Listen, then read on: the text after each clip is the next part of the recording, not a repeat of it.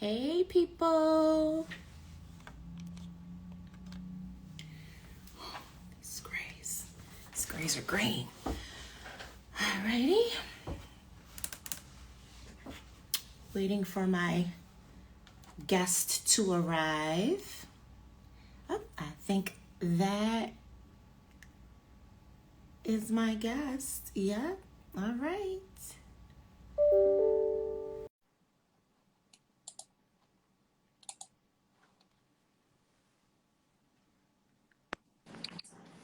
Hi, girl. How are you? I'm good. How are you? Good. Great to see you. Good. Oh, we got folks joining. All right. So while we have folks joining, let me do my little spiel before we start. Okay. So my name is Monique. Pronouns her, hers. I mean, she, her, hers. Wow. Y'all knew where I was going. It's the end of the day. And I am the manager, the community health manager here at Whitman-Walker Health. So as you know, Whitman-Walker Health's community health department has expanded its outreach efforts to the social media platform. We continue to cover various topics about HIV, STI, sexual health practices, access to care, social determinant of health, and general public health interventions. We are still covering topics that relate to the current pandemic, COVID-19, and ways to manage your sexual, personal, and mental health. We are also now tracking monkeypox and what that means for young people. The community health team is always here to educate and support you. Oh, come on, Ayele, you got a whole fan club. I love it. I love it. Come through. Okay, so today I have the pleasure of introducing to the Real Talk DC family a new member. Her name is Ayele, and I'll let her tell you what she is. So how are you? I'm wonderful, and thank you for putting this together today, Monique. So again, I'm Ayele, and I'm the Community Health Education and Training Coordinator at Whitman-Walker Health. My pronouns are she, her, hers. I don't know how far to go back into it, but I am a graduate of UMass Amherst, bachelor's in science and public health sciences. I focused on global health disparities and maternal and child health, with a minor also in education as well. I've been doing health education for a little while now. I came from Mary Center as a life cycle health educator, and I have always been passionate about maternal and child health specifically for as long as I can remember, which led me to train as a doula. Cool. Awesome. So happy to have you. I've been telling you for weeks now how bomb I think you are. So let's let the people know and see how bomb you are. First of all, from the comments, they already know how bomb you are. So let's get into it. So can you tell us, what is a doula?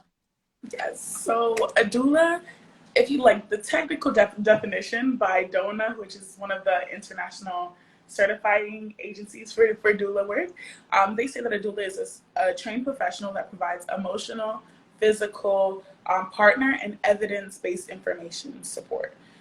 So before, after, and during the childbirth experience. But I would say that a doula is more so a support person for tough transitions.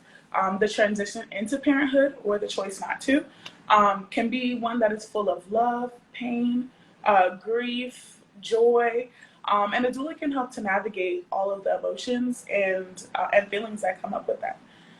So I trained to be a doula during a time when the world was going through many different transitions. So I would often hear about like unprecedented times and things like such as that. So the art of holding space, that was so important as a doula. I was able to apply those tools of the art of holding space into other sort of scenarios as well. And yeah. Listen, I'm a mom of 4, and I tried to have a doula my last 2 pregnancies. My second to last was when the world went haywire. So my doula was not able to be in there with me, and I was so sad, so sad. But you talked about a little bit about the benefits of having a doula. So like, why find one? Yeah, absolutely. So doulas have been shown to reduce the amount of complications in the birthing space. Doula-assisted mothers were 4 times less likely to experience low birth weight babies, but also 2 times less likely to experience any sort of complications in birth. So other than that, they're also more likely to initiate breastfeeding as well for doula-assisted mothers. They also help to allow families to make informed decisions to before because birth involves making a lot of different decisions. Mm-hmm. So making sure you have all the information as possible so that you go in feeling equipped and feeling empowered in your own body's ability to bring a baby into the world. Okay. So before I ask you the next question, which is actually, I'll ask that one first, and then I'll ask the one that just popped up on the screen. So why did you become a doula? Yes. So I think I've always been passionate about birth work and maternal and child health. And that journey, that passion and that passion started when, as long as I can remember. As a little kid, I always wanted to be in the delivery room, and my mom was like, "What?" But yeah, I had always said that was what I wanted to do. But how that looked like has evolved over time. But even when I had that feeling when I was young, my mom was like, "That makes sense," because we come from a long line of birth workers. My grandmother is a labor and delivery nurse, but her mom and her grandmother were granny midwives in Liberia, West Africa. So I feel like I come from a long legacy of birth workers and doing this work and serving their communities in this way. Gotten the little tips and tricks along the way, but I definitely carry their legacy in everything that I do as well. Oh, that's super dope. Oh, I love that. Okay, before I ask you the next question, there's a question in the comments. It says, what's the difference between a doula and a nurse? Yes, so nurses will provide more so medical interventions, but doulas are more so emotional support, positional support. So things, and so even when I say physical support, it wouldn't be doing medical interventions, but things like a mile circuit to help speed up long labors, or things like a double hip squeeze that helps to open the pelvis. Things like dancing and joy, bringing things that help to produce oxytocin into the birthing space. That I think is a doula's role, and that's the difference between that and a nurse. I love it. And somebody commented the generational legacy. Tell it. Come on, generational legacy. All right. So you just told us the difference between a nurse and a doula. So what training does a doula need, or did you need, because you are a doula, and do you need to be certified? Yes, so I've actually been trained twice as a doula, once in 2020 and once actually again this year. I trained first with Sumi's Touch. They're based in Oakland, California. And then I trained again for my DONA certification this year through Graceful Fusions, Birth and Death Doula Services here in the DMV area. And so the first one that I did because they had a focus on Black vitality in birth. So I think there can often be a lot of harsh statistics regarding our community and birth, but it focused on Black vitality, and that was really important to me. And then I trained again in order to get that DONA, or the International Doula Certifying Agency certification. That's cool. We have another question from our very own Whitman-Walker. Hey, and the question is, what is oxytocin? Yes, so oxytocin is also known as the happy hormone. So it's the happy hormone, the love hormone, but it is a hormone that's really important in the birthing process. So if there are things that are affecting the production of this hormone, it can really affect labor.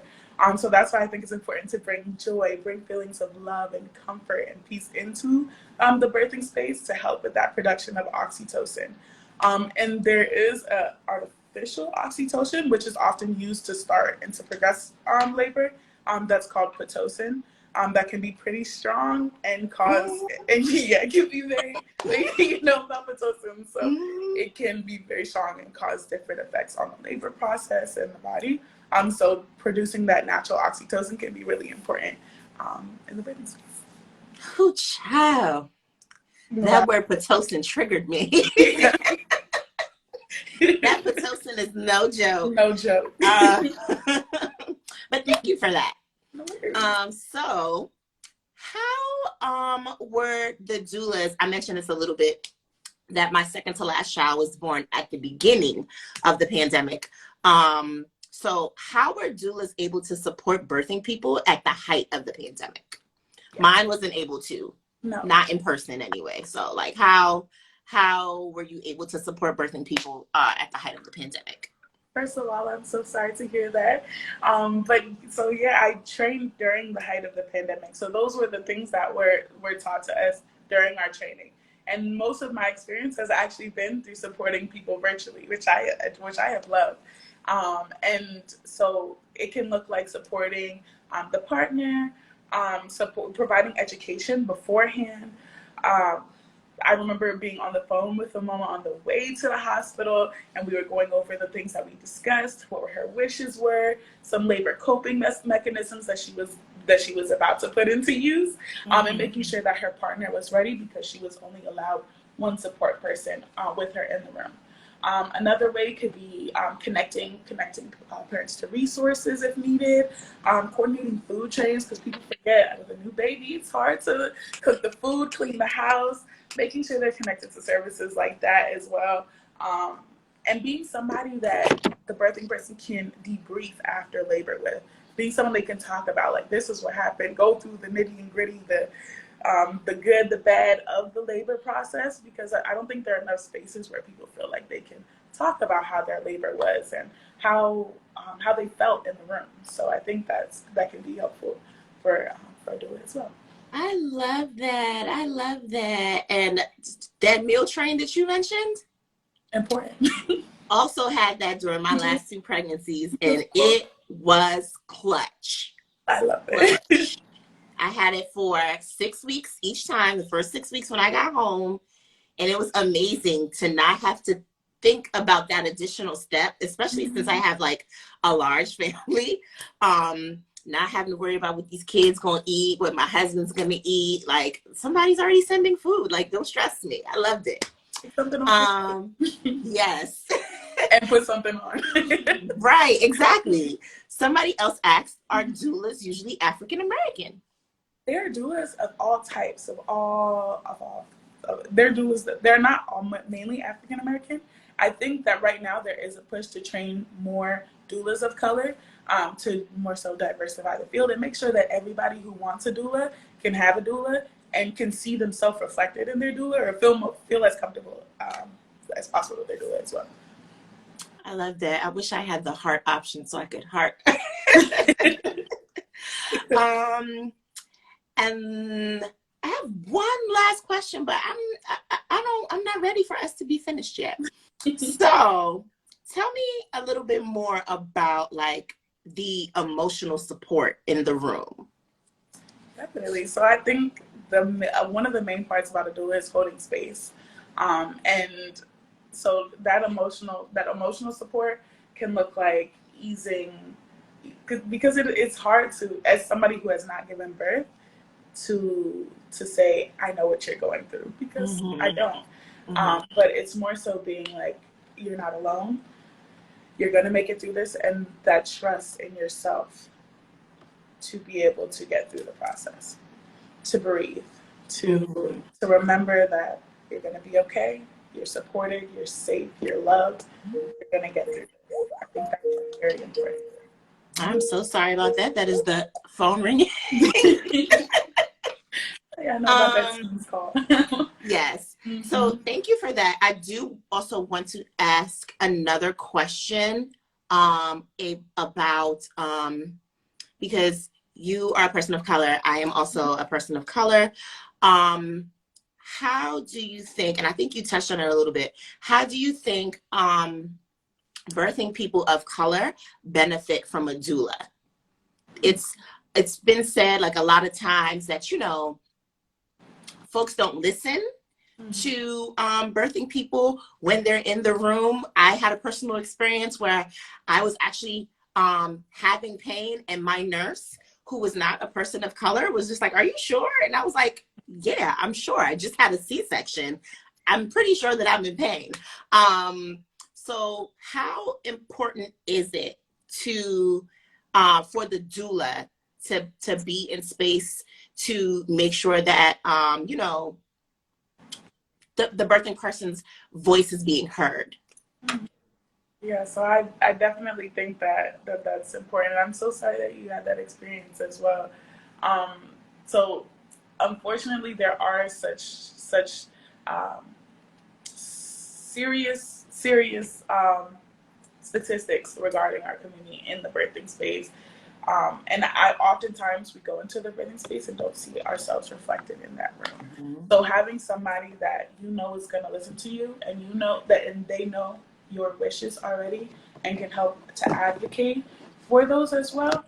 Because I know that doula is never there to impede their own opinions on the choices in the birthing room, but more so to advocate for the wishes of whoever's giving birth in there. So I think knowing that, because oftentimes in those spaces, those power dynamics can make you feel less confident to speak up for yourself. Mm-hmm. But having someone who's going to help you to put your foot down, can so make sure that it's not one versus a team. At least Right. there's two.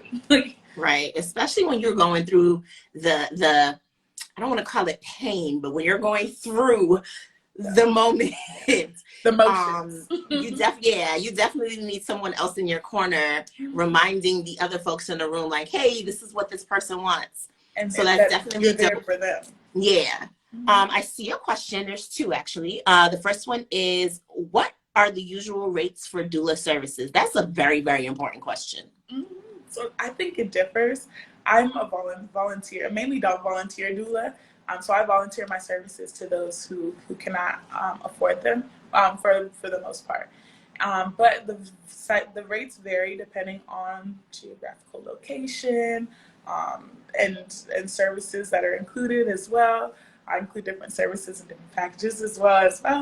But yeah, and so it varies.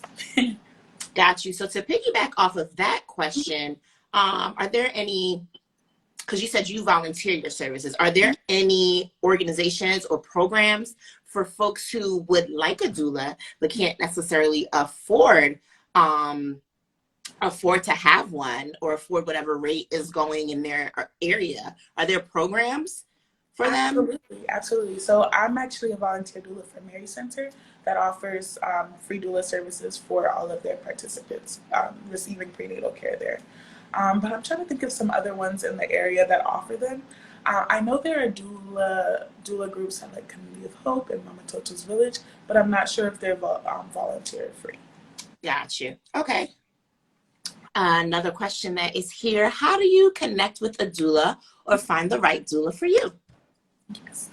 So I think that connection with your doula is really important. So I recommend always for people to talk to more than one if they like, to make sure that it's a good fit and you feel comfortable with your doula.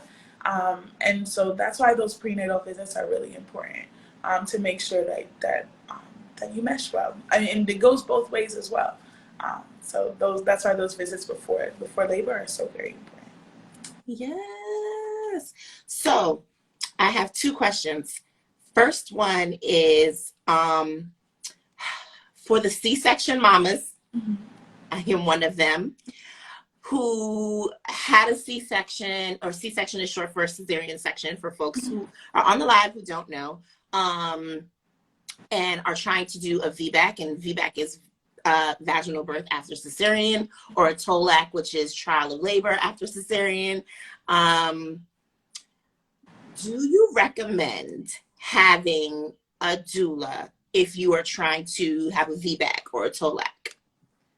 Absolutely. I think that everybody should have a doula. I'm a little biased, but I think that everybody should have a doula. But especially someone that can, because I think a lot of times with VBACs, they can be told that they can be told unsupported by their medical professionals. So being sure that they have somebody who's going to support their decisions, and support their decisions, and have them feel confident to stand in their decisions as well. Awesome, Yeah. awesome. And my second question was, Mhm. so I think when we hear the term doula, we Mhm. associate that person like prenatal and during delivery, right? Are Mhm. there any postpartum doulas or any benefits to having a doula postpartum? Absolutely. I think that doulas are so beneficial postpartum.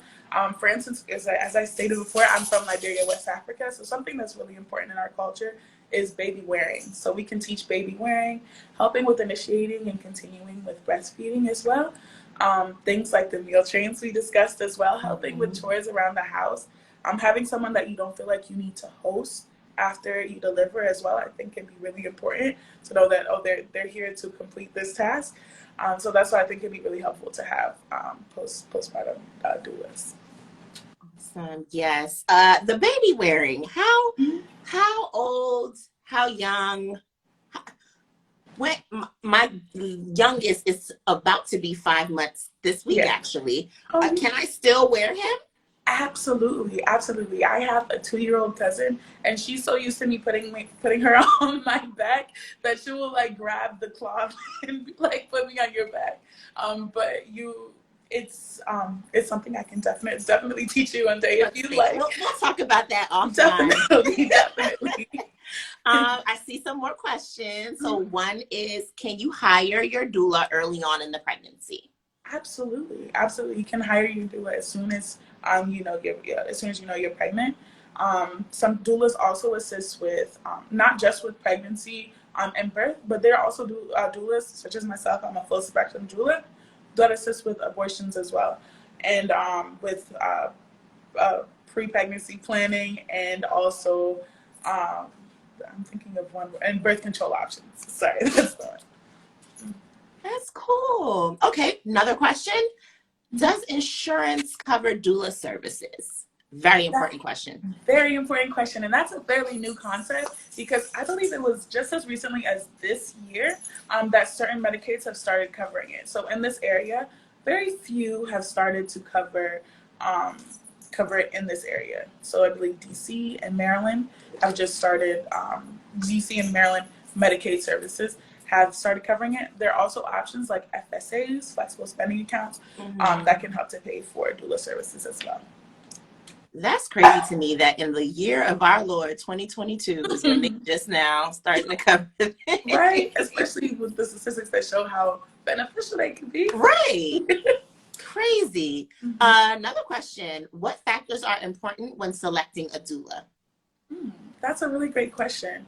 I think it's important to have a doula that you feel safe with, you feel comfortable around, that you feel loved with, because of that oxytocin. So you don't want anything that's going to impede with your oxytocin production in the room. So you want to make sure that you mesh well. You want to make sure that they feel like family, but they also are professional, and can make sure that they get your needs communicated well. Thank you for that. Oh, somebody trying to get in on it. The question is, do you train doulas? Unfortunately, I don't train doulas. I'm a fairly new doula myself, but maybe one day. I know that's right. Hmm. I have one more question. Do doulas help with first time mothers and learning what they need to know for their babies? Absolutely. I think that doulas can be even more important for first time mothers and younger mothers as well, or mothers that don't have strong support systems as well. They can be very important to make sure that they feel informed, supported, and and equipped, and what is the word? Empowered. That's the word I'm looking for. Empowered going into their birthing space. That's awesome. I have another question. So we just talked about postpartum doulas, right? So how long can you keep a postpartum doula? Is it like the first 6 weeks, the first 3 months? You know, that's the fourth trimester. Um, the first 6 months, can you keep a doula for a whole year? Like what's the length of a postpartum doula? I think that's dependent more so on how long you would like it. Because I think again, doulas are for helping with that transition. So when the parents are feeling more comfortable to start less lowing down on services, or a lot of times postpartum can be overnight support as well. So if baby's sleeping through the night more, the need for the doula can reduce as well. Time out. Doulas do overnight care? Definitely.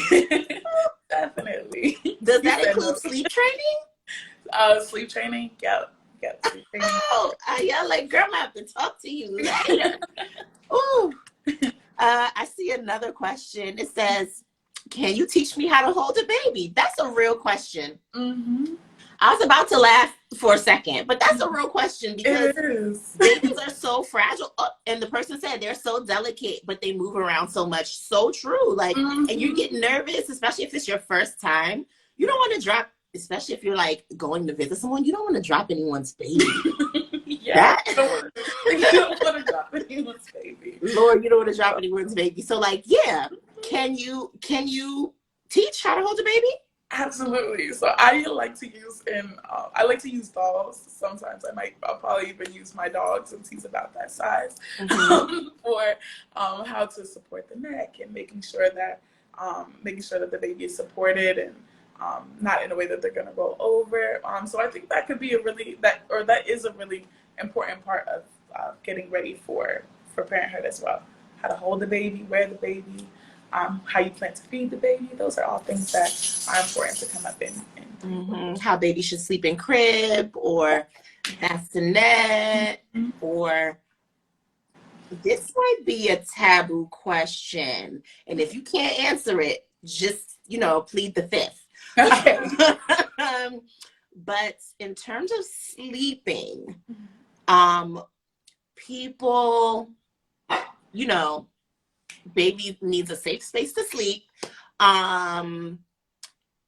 Co-sleeping, is that a thing that's okay? Or I know room sharing is what the medical providers will tell you. But like co-sleeping, how does that work? Would a doula recommend co-sleeping? And again, if not, plead the fifth, sis. So the thing about doulas is we don't provide direct medical advice. So we can provide information, but we can't provide direct medical advice. I think that various cultures have different recommendations and different practices, about sleeping habits for babies. And also the recommendations for sleeping in babies, unfortunately, changes like every 2 years. So it's important to talk with your doctor about what they recommend for those sleeping habits. I love that answer. We have another question. It says, are doulas considered mandated reporters? I find that as a tough question because as a doula, I would not be, but oftentimes doulas wear other hats where they would be. Okay. We have one more question. You discussed doula packages. What type of offerings can these include? Absolutely. Okay. Yeah, so I can discuss some of the ones that I personally would like to include. I have a twin sister. She's a master hair braider. So getting ready for labor with braids, I think is always I think it's a part of the culture, labor braids. Yes. So that can be baby. And you're cute for the picture after. Exactly. Okay. And you don't have to worry about your hair for the weeks after while you're worrying about this new baby that you had. Baby wearing, I think. Also creating different butters, oils, and herbs that can be great to include during the prenatal, during labor, during the postpartum period. Different essential oils are really important. Are really really important for using in. Can be very, very powerful in the birthing space as well. And so knowing how to use those and incorporate those as well. But also breastfeeding support. Those are great to include in doula packages as well. But I think every doula has unique offerings, and that's why it's important to find the doula that's right for you. You have been a wealth of information today. I'm really going to have to hit you on the side about some of these things, especially that baby wearing and the sleep training. I need all of those things. Well, one last question from me, unless a question pops up in the comments, but tell the people where they can find you. Oh, well, I'm going live now from my doula page on the Doulas. That's actually my partnership with my twin, who's also a doula. So feel free to DM us. I believe email address is there as well. But that is the best way to get in contact with us. We do have a website, but I do not believe it's on our page, and I can put that on there as well. Come on, twin sister who's also a doula. That is bomb. Thank you. That's awesome. You can also find Ayele here at Whitman-Walker Health. Yes. As our new education and training coordinator. Yeah. They said, let's see twin, okay? She's hiding behind the camera. Oh, true. Okay. Hey, twin. She says, hey. Oh, okay. Hi. Yes. Oh, I see the braids. Okay. Yeah. I love it. I love it. I love it. I love it. So it's been a blast talking to you. Thank you for your time. We appreciate the work that you are doing in the community, especially because you're doing it for free. That is awesome. I think that's awesome, awesome, awesome. When you can share your talents free of charge to people in need, that is awesome. That's a blessing. So shout out to you. And come on with the twin emoji. I love it. So shout out to you and your twin sister for the work that you all do. It's very, very important. Also extremely needed. That is it from us today. This was a great live. This was a great live. I had a great time. Yes. And for the Real Talk family, you will be seeing Ayele more on this page. So get used to her face. Until next time, bye. Bye. Thank you all for coming. Yeah.